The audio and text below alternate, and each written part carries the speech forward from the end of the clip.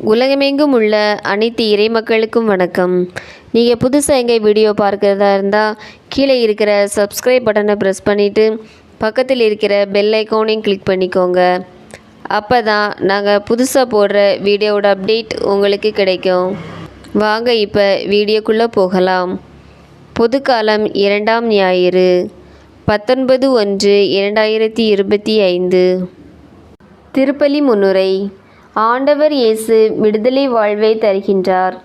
இறையேசுவில் இனியவர்களே, இன்று தாய் திரு அவையானது பொதுக்காலம் 2ஆம் ஞாயிறை சிறப்பித்து கொண்டிருக்கிறது. இன்றைய நாள் முதல் வாசகத்தில் ஒடுக்கப்பட்டோருக்கு உரிமை வாழ்வு வழங்கப்படுகிறது.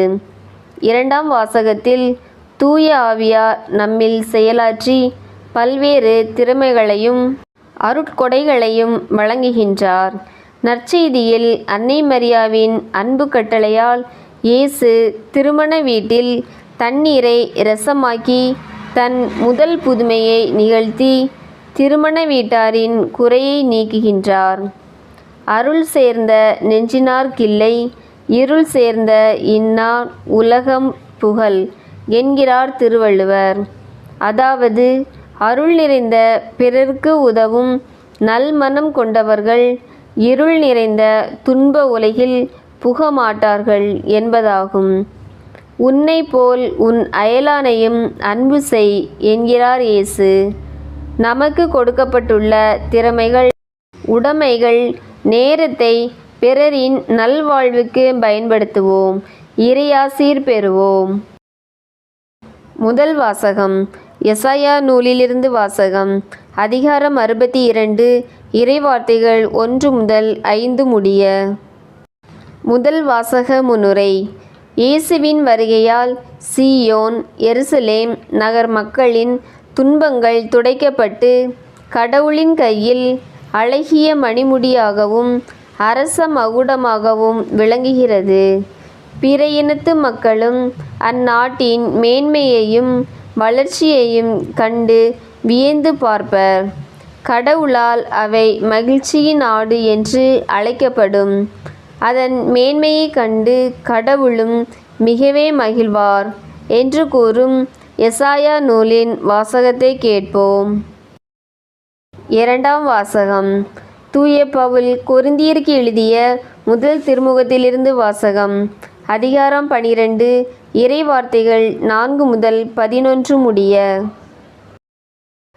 2ஆம் வாசக முன்னுரை.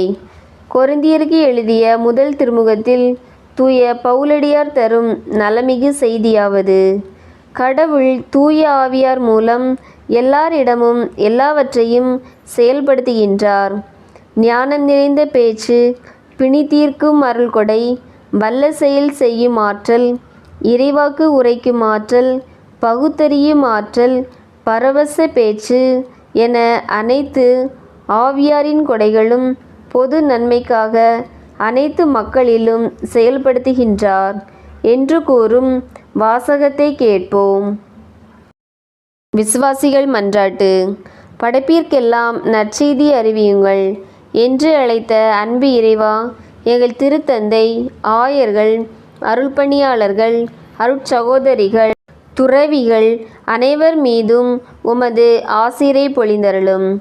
அவர்கள் உமது இறை பிரசன்னத்தில் எந்நாளும் வாழ்ந்து மக்களுக்கும் நல்வாழ்வையும் வழிகாட்டுதலையும் தந்திட வேண்டுமென்றும் இறையழைத்தல் பெருகிட வேண்டுமென்றும் உம்மை மன்றாடுகிறோம்.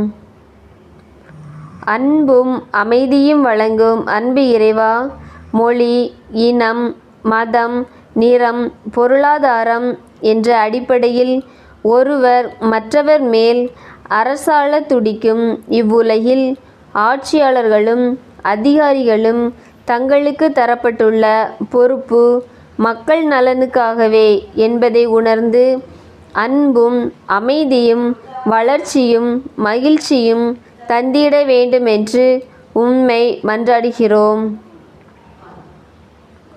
நல்வாழ்வு வழங்குபவரே அன்பு இறைவா, திருமண வயதில் இருக்கும் இளைஞரும் இளம் பெண்களுக்கு பொருளாதார குறைபாடுகளாலும் பிற காரணங்களாலும் திருமணம் தள்ளிப்போகும் நிலையில் அவர்களுக்கு உரிய நல்ல வாழ்க்கை துணையை அமைத்து கொடுத்து வாழ்வில் மகிழ்ச்சி காண செய்ய வேண்டும் என்று உம்மை மன்றாடுகிறோம்.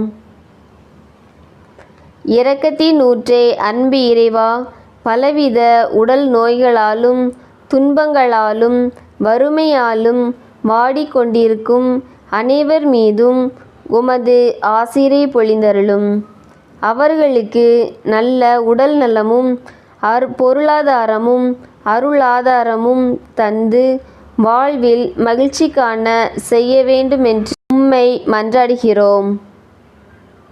தாயும் தந்தையுமான அன்பு இறைவா, எங்கள் முதுபெரும் தந்தையர்களான ஆபிரகாம், ஈசாக்கு, யாக்கோபு குடும்பங்களை நீர் ஆசீர்வதித்தது போல எங்கள் குடும்பங்களையும் ஆசீர்வதியும். நாங்கள் இறையன்பில் வாழ வேண்டும் என்றும் ஒருவருக்கொருவர் விட்டு கொடுத்து அன்பில் வாழ வேண்டும் என்றும் எங்கள் தொழில் முயற்சிகளை ஆசீர்வதிக்க வேண்டுமென்றும் உம்மை மன்றாடுகின்றோம். ஆமேன். உங்களுக்கு எங்கள் வீடியோ பிடிச்சிருந்துன்னா லைக் பண்ணுங்கள், கமெண்ட்ஸ் பண்ணுங்கள், உங்கள் உறவினர்களுக்கும் நண்பர்களுக்கும் ஷேர் பண்ணுங்கள். நன்றி.